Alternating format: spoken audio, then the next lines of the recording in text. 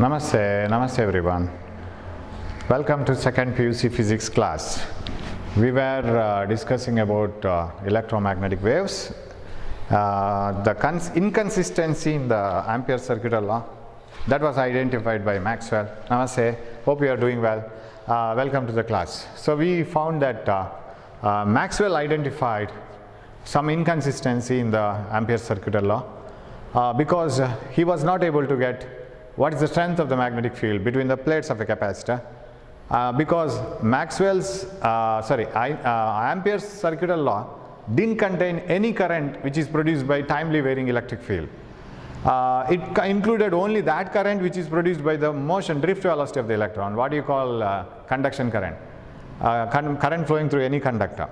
So, but there was a current between the plates of the capacitor because a charging capacitor which is produced by the timely varying electric field, and that was missing in the equation, Ampere's circular law equation.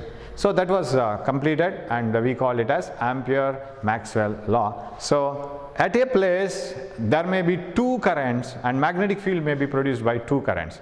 One is displacement current, another is conduction current. Conduction current is the current produced by the motion of electrons inside a conductor, drift velocity of electrons, and displacement current is because of the timely varying electric field between the plates of a capacitor or anywhere. So at some places there may be both. At some places there may be only current due to motion of electrons. At some places there may be only due to the timely varying electric field. So magnetic field may be produced because of any of them. So what is Ampere's Maxwell law then? Ampere's Maxwell law said that closed integral of B dot dl, that is net magnetic field, is equal to, at a point, is equal to mu naught times two currents. One is conduction current, another is displacement current. And what is conduction current? Current due to the motion of electrons in a conductor. What is displacement current? Displacement current is it is d phi by dt, the timely varying electric field, and epsilon naught times d phi by dt. So if you completely write Maxwell's rule, Maxwell Ampere law is equal to mu naught conduction current, mu naught epsilon naught d phi by dt. This is the formula for this is Maxwell equation for mu naught IC plus mu naught epsilon naught d phi by dt. This is Maxwell Ampere rule, or Maxwell Ampere law. Okay, and then this made Maxwell to think that light should be an electromagnetic wave. So if you take it like this, you can explain how does the light travel in vacuum. So light is a combination of timely varying electric and magnetic fields perpendicular to each other, both perpendicular to the direction of propagation of the wave.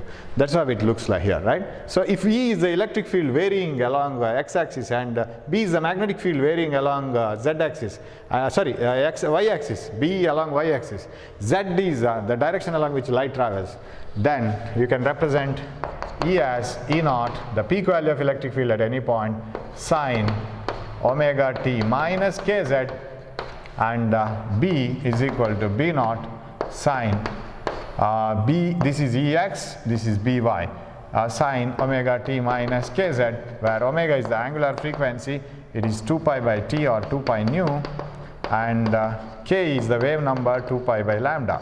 And if you want to write what is the velocity of light, you can write it as omega by k or E naught by B naught, the peak values of EMF and magnetic field, peak value of electric field and magnetic field, or 1 by root of mu naught epsilon naught, where mu naught is the permeability of free space, epsilon naught is the permittivity of free space. So here I was able to club the two.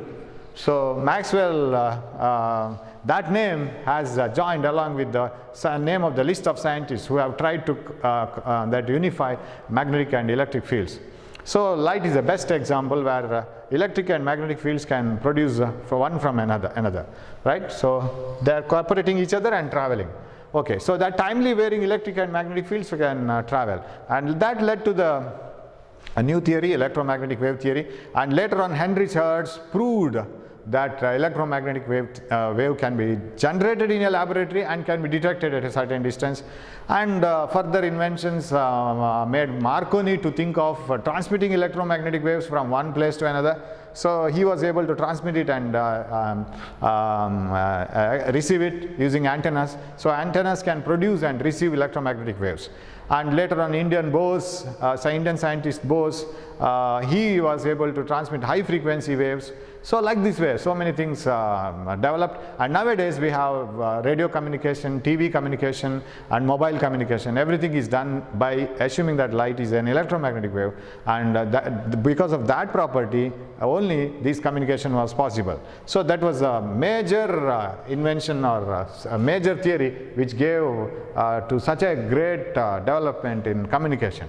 Okay, right, and further, suppose the light is traveling in any other medium, then velocity of light is given by 1 by root of mu epsilon. Remember, this is the speed of light in any other medium. Mu is the permeability of that medium, epsilon is the permittivity of that medium. Okay, what else then?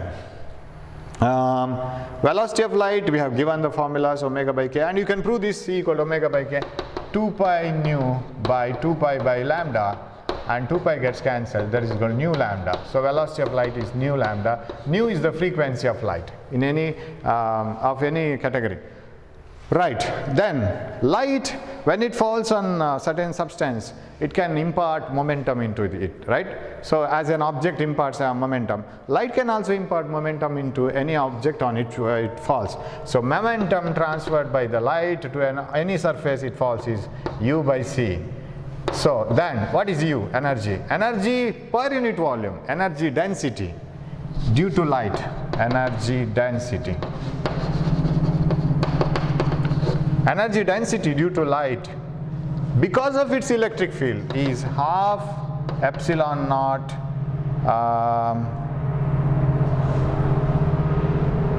half E epsilon naught square, right? Where E is the electric field, strength of the electric field. So it is the peak value of the electric field. Half epsilon naught square half E square epsilon naught, energy density due to electric field, half E square epsilon naught. And similarly, energy density due to magnetic field. So if light is considered as a source of energy, energy within a 1 meter cube volume is energy density. Energy density due to magnetic field is this is b square by 2 mu naught. So very important formulas. Half epsilon naught E square, b square by 2 mu naught, and E and B are peak values of EMF and magnetic field respectively. Okay, then one more formula that momentum is over. A light can exert pressure on the surfaces on which it falls. That is called radiation pressure. Radiation pressure is the pressure exerted by electromagnetic radiation on the surface on which it falls. And if you want to find its very small value, and if you want to find out the radiation pressure, whenever light falls on certain substances, if the light is completely absorbed, then the change in momentum is this u by c minus 0. Right, because once it is absorbed, momentum becomes 0. So when it falls, momentum is u by c. So change in momentum, rate of change of momentum gives a pressure, a force. Delta P by delta T is force by area, because it is force by area. Force is rate of change of momentum. So that by area gives the pressure, radiation pressure. And if it gets reflected completely, say 100% reflection, change in momentum is 2p. Because when it goes, momentum is p. When it returns back, the momentum is again minus p. P minus or minus p, then 2p. Okay, that is another part. So like this, you can analyze the light. Now, suppose you go for different electromagnetic radiations. The ordered sequence of wavelengths, or if you put all the electromagnetic radiations in the increasing order of frequency or decreasing order of frequency, or even wavelength, increasing or decreasing order of wavelength, then it is called electromagnetic spectrum. Electromagnetic spectrum starts from the lowest wavelength gamma rays to the highest wavelength radio waves, or highest frequency gamma rays to the lowest frequency radio waves. So you have gamma rays, X-rays, and ultraviolet, and visible, infrared, microwaves, radio waves, like this. Every electromagnetic radiation has its own frequency and wavelength, and because of its nature like this, different frequency and wavelength, they have different special properties, and according to their characteristics they are detected, because you can't detect all the electromagnetic radiations by a common device. For example, visible light can be detected by human eyes, but you can't detect X-rays. You should have a photographic plate, whatever the sheet that you use for X-ray photography, that is like a photographic plate. And for some radiations, what phenomenon they do, you can detect it using that phenomenon. For example, ultraviolet light can be detected using photoelectric effect. When it falls on a surface, it can kick out electrons. So by measuring the current due to those kicked out electrons, photoelectrons, you can measure the strength of the ultraviolet radiations. And some radiations are highly energetic. For example, gamma rays, they can ionize the gas, right? When a gamma radiation is incident on a gas, it can kick out electrons from the atoms. So what happens? An ion is produced, and if ion is produced, suppose you apply an electric field inside, the positive ions move on one side, removed electrons move on to another side. That produces a current. That is called ionization chamber, and this ionization current depends on the strength of the electromagnetic radiation. So they can be detected in that form, and there are many other ways of detecting. And some electromagnetic radiations which are low wavelength, gamma rays, high frequency, highly penetrating, and they can kill the cells. So use it in cancer treatment. X-rays, not so penetrating as much as gamma rays, photography of bones. So in this way, similarly, high frequency, high wavelength and low frequency radio waves, microwaves, communication, they can pass for a longer distance. So in this way, every electromagnetic radiation has got its own characteristic, and it can be used for different purposes, and that can be one question for theory exam. And you must have the idea of frequency range, wavelength range, everything of all the different electromagnetic radiations. So that's what we will see it in the next class. Until this you had only introduction, right? Because we have studied all the things earlier. So we will go, and I have a short table wherein you have all the characteristics and the method in which they can be detected. So this is one first column, electromagnetic radiation, second wavelength, frequency range, and production and detection. Special property, we will do it in another table, okay? Now here, radio waves, very high wavelength, greater than 0.1 meters, and frequency very less, 10 to the power 9 hertz to 10 to the power 5 into 10 to the power 5 hertz, that range. So this is the area where sometimes you get one more question for theory exam. If you know it, okay, otherwise gone. Suppose such question is asked in a particular year, what is the wavelength of X-ray range? Of course, it is an ambiguity question. Some books have some different range, because you can't have an exact end-to-end values. There may be a small difference. So that is one part. And suppose that question is asked, in that year, usually we have lesser number of hundreds out of hundreds, because most of the students will lose mark in that. That is very difficult to remember. But still, sometimes we will ask it. And that creates problem also, which range we will give, whether this is exact one or not. Whatever it is, try to remember whatever the part, how much it is possible, that much you try to remember it. Okay.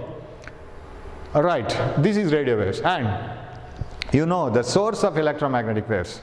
How electromagnetic waves can be produced?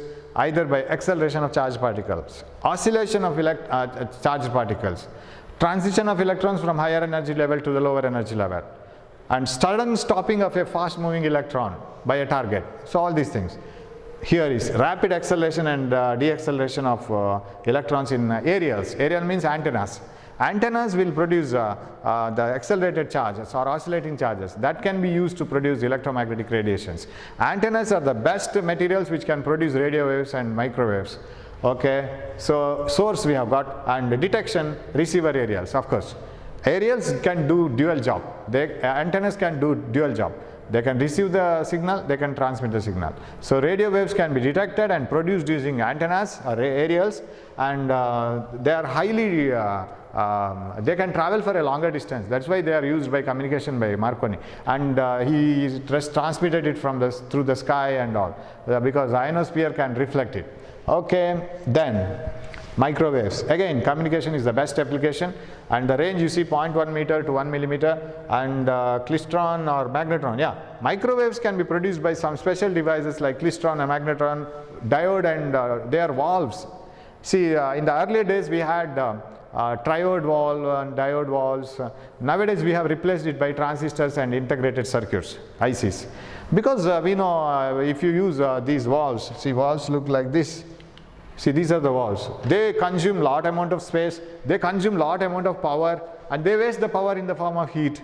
But nowadays whatever you use, ICs and transistors and other semiconductor devices, they use very little amount of power and they consume small amount of space.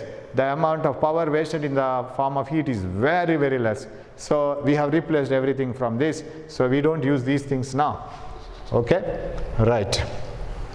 So these are the sources for the production of microwaves, klystrons and magnetrons. Okay. Then they can be detected using point contact diodes. There is a special diode called point contact diode. It is used for the detection of microwaves. Infrared, very special. From here onwards you can see here communication application. Then this frequency and wavelength range, that is enough. Production and detection is not a very important question. Now my infrared waves. You just see, you have studied scattering. Which is the least scattered light? Red, in the visible range. Because violet and blue are scattered much more. They are scattered to the large extent. That is why sky is blue in color. And we use red color signal as danger signal in stop signal, as a stop signal in traffic, danger signal in towers and brakes. Everywhere, because red can be identified by a longer distance. Why? Red can travel through the the dust particle and smoke or fog anywhere, and it gets least scattered and it can travel through a longer distance. Red has least scattering. Now we go beyond that, much more wavelength than red, infrared. They can travel for a much longer distance even without scattering. That's why if you want to take photograph from the satellite about an object on the earth, we use infrared rays, we don't use visible rays. So they are used in long distance photography. Infrared, this is not written here. Infrared rays are used in long distance photography. Reason is they can travel for a longer distance without scattering, without bending. And satellites use infrared rays to get the photograph of fish which is inside the seawater, because these infrared rays can penetrate into seawater and can get the photos of the things inside. So you can identify the accommodation of fish, larger accommodation of fish area, and then you can direct the fishermen to go to the particular place and get more fish. So that is done using infrared rays. So they can travel for a longer distance. And infrared rays produce heat radiations when they fall on certain objects. So it can be used to treatment some strain or something. Okay. So it is produced by vibration of atoms. Infrared rays are produced by the vibration of atoms and molecules. And infrared rays, sun is the best source of infrared rays, because Earth gets heated, any planet gets heated because of the infrared rays from the sun. So it is the best source. Any hot body is a source of infrared radiation because they are the heat energy sources. So you can write the source or production, any hot body or sun is the source of infrared. They can be detected using thermopiles and bolometer. Now what is bolometer and what is thermopile? Of course infrared photographic film is also useful. Thermopile, first bolometer. Bolometer is a simple device. See, when radiations, infrared radiations fall on a certain material, it gets heated. Because of heating, its resistance changes, and it should be a very sensitive material first of all. That means a small change in temperature should produce a large change in resistance. So you have, usually we have a surface which can reflect all these radiations, and that falls on a particular object here, and that object gets heated and its resistance changes and current to that material changes. Thereby you can measure what is the strength of the infrared radiation. That is called bolometer. Right? So what is a thermopile or thermocouple? Thermocouple, it consists of two metallic wires, different metallic wires, but connected end to end, not end to end, parallel. Suppose this is iron, say this is copper. Two dissimilar metals, when they are connected towards the free ends, it is called thermocouple. Now if you maintain the temperatures here, say this is maintained with the ice at 0 degrees Celsius, and this is kept inside a hot bath, say 100 degrees centigrade. There is a temperature difference. When the two ends of the dissimilar metals are connected or maintained at two different temperatures, it is found that an EMF is developed between the ends, or a current flows through these wires, and that EMF developed is called thermo EMF, and this arrangement is called thermocouple. And the amount of EMF generated, potential difference generated across the two ends, is directly proportional to the temperature difference. More the temperature difference, more will be the EMF generated. So now you open this, keep this free, and make infrared rays to fall on this. Infrared rays can produce heat. Depending on the strength of the infrared rays, heat will be produced, and that heat difference, temperature difference, produces an EMF. So that is thermocouple. You can detect infrared rays. When such many thermocouples are connected one after the other, it is called thermopile. It is a series of thermocouples connected. So that is a source of detection, bolometer, infrared photographic film. Okay, next comes, so infrared can travel for longer distance and can be detected using thermocouple or bolometer, and vibration of atoms, wavelength range. Okay, so this is klystron, and next electromagnetic radiation, light, visible light. You know, it's a very fascinating thing that you see, makes you to see, right? And light is the one which makes you to see the things. And when it falls on the object, it takes all the information and gets reflected, and the eye can detect visible light, and its wavelength range 700 nanometer to 400 nanometer. And when the electrons get transmitted from higher energy level to lower energy level, light is emitted. You know that eye can detect it, photocells can detect it, right? When light falls on the photocells, electrons are emitted, and that produces photocurrent. Photographic film can also detect it. Ultraviolet, very special. We are coming to highly penetrating ultraviolet, X-rays, gamma rays. Ultraviolet 400 nanometer to 1 nanometer. Yeah, again the transition of electrons from higher energy level to lower energy level. Sun is the source for all, right? It's a common. Sun can produce ultraviolet light, visible light. Now, ultraviolet can kill because it is energetic, wavelength less. We are coming to lesser and lesser wavelengths. You see, 400 nanometer to 1 nanometer. This is 700 to 400. So, ultraviolet is energetic. It can kill microorganisms. Some strong ultraviolet light can even kill frogs, but it is not used. It is not an application. I told that to say that ultraviolet can be even so much stronger to kill a frog, but nobody will use ultraviolet to kill the frogs. Frogs are such a poor creatures, and they are very harmless creatures. So why to kill them? Okay, so they are very strong, and it is used to sterilize surgical instruments. If you want to kill microorganisms, and if you want to keep all the surgical instruments clean and so that there is no infection, just sterilize it using ultraviolet. And ultraviolet has lesser wavelength. It is used in electron microscopes. Remember, if you go back to diffraction chapter, electron microscopes. Sorry, ultra microscopes, not electron microscope. Very sorry, ultra microscopes. They are using ultra. What are ultra microscopes?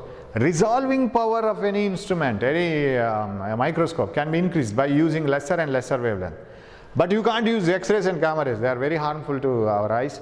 So, ultra microscopes are the microscopes which use ultraviolet light. I am getting less amount of light now.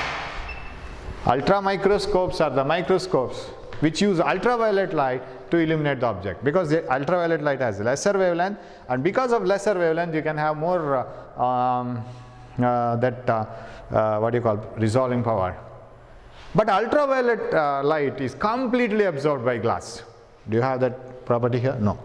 Ultraviolet light is completely absorbed by glass. So you can't use glass lenses, glass prisms in instruments which use ultraviolet light. So it should be replaced by quartz lenses.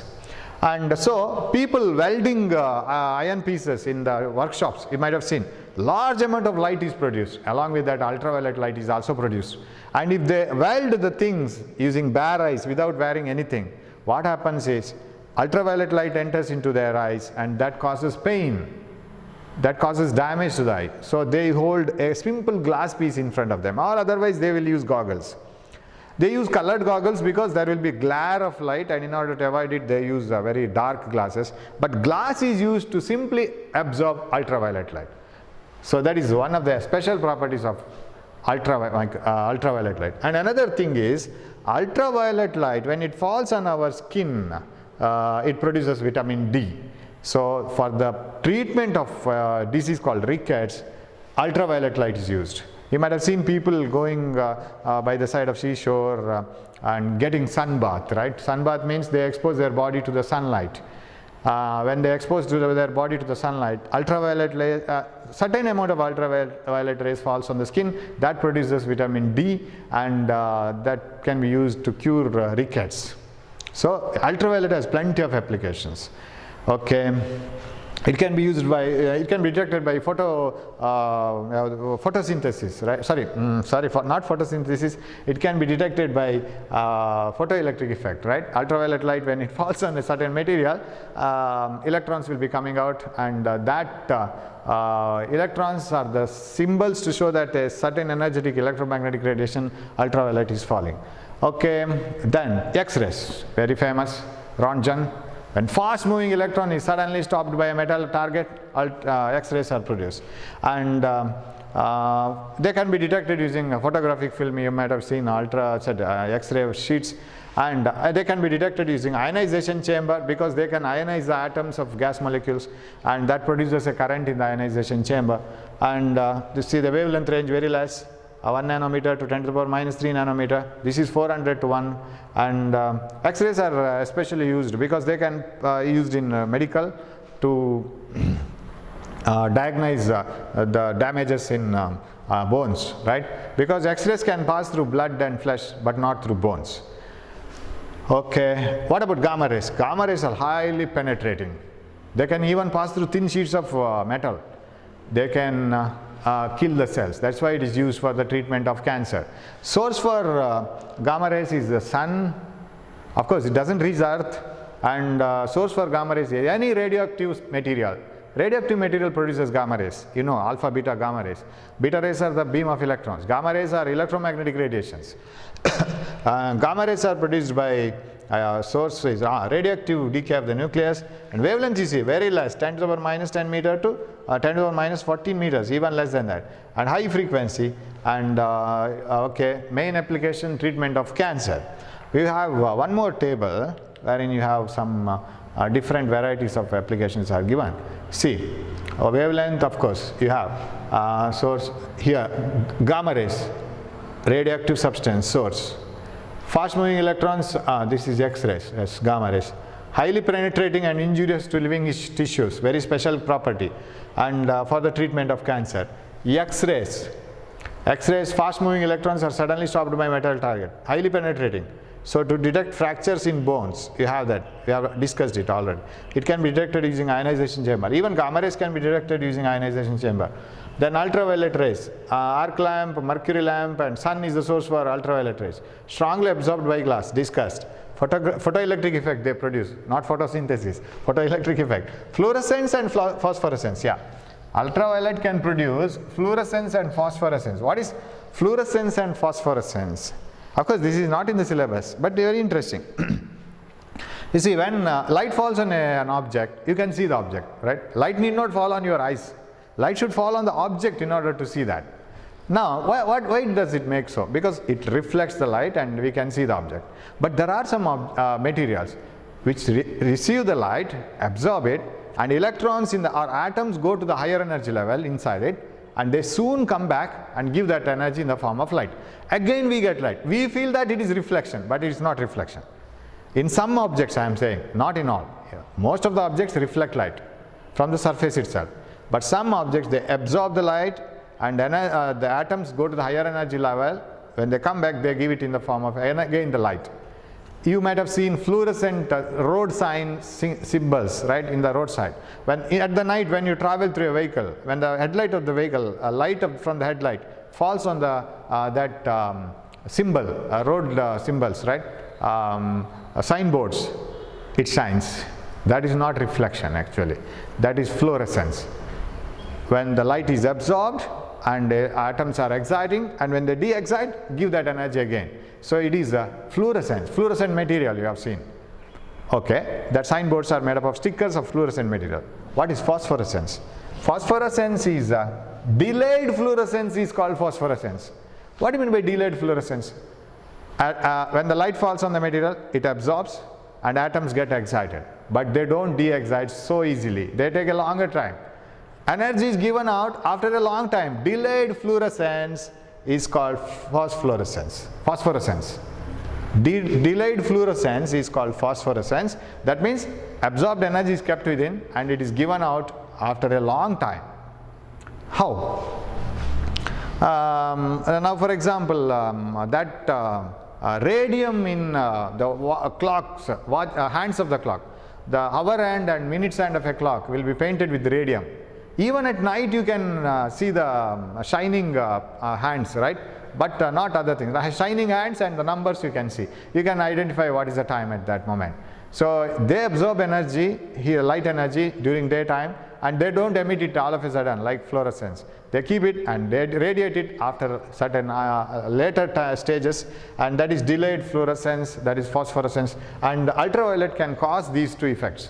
All the light cannot cause this. Ultraviolet can do that. And of course, forgeries in documents, sterilize water, produce vitamin D. Forgeries in document means you can find out fingerprints, and real gems, artificial gems, that differentiation. Real currency, artificial currency differentiation, that can be done in ultraviolet rays. Infrared rays, you see the wavelength range, or any hot substance, Glober and Nernst filament lamp, that type of lamp can produce IR rays, strongly absorbed by glass, that you know. But can penetrate through fog and mist. So that's why it is used in, even IR rays can be strongly absorbed by glass. They can travel for a longer distance. And bolometer, thermopile, this you have studied. And heat sensor, long distance photography. Yes. So that's, all the things were not discussed, special properties. Okay, so that's about electromagnetic waves. But this is not the end of this chapter. What you have to do is, you have to look into some other books, and especially NCERT book, and go to each and every corner of the NCERT book, make a list of all these things. I have just introduced it, that's all. I have not completed this chapter. This is a very small chapter which can never be completed, because it is vast, and the topic itself is very huge, wide, and you have many things to study here. But as far as possible you can study it, but only 1 mark question or 2 mark question may be asked from this. Either this is the first part, that is the same chapter, Maxwell's Ampere law and Ampere's identification of inconsistency, displacement current, conduction current, and equation for both, and what is the electromagnetic wave, and its velocity of light using permeability and permittivity of free space, or energy density, radiation pressure, and all these frequencies and wavelengths, applications, special properties. That's all. 1 mark or 2 mark. You can refer any question paper, you can get it. Even for entrance exam, you must have an idea of wavelength range and frequency range, because sometimes they may ask, the light of certain frequency is incident, say frequency so much is incident on a photoelectric surface or photosensitive surface. Electrons are not emitted. What is the next frequency that you will select? They will give it in the form of names, not the frequency. Ultraviolet, infrared, gamma rays. But you must know what is the frequency range of gamma rays, what is the frequency range of ultraviolet light. If you want to increase the frequency, what is the further frequency? You must know it. So for such things you need it. Okay, whatever it is, keep reading, and you can't by heart them all of a sudden. You need certain time. So you have to start today only. Thanks for watching my class. Hope you have understood this. Hope you don't waste the time. Keep on studying, and we will meet in the next class with some other things. Thank you.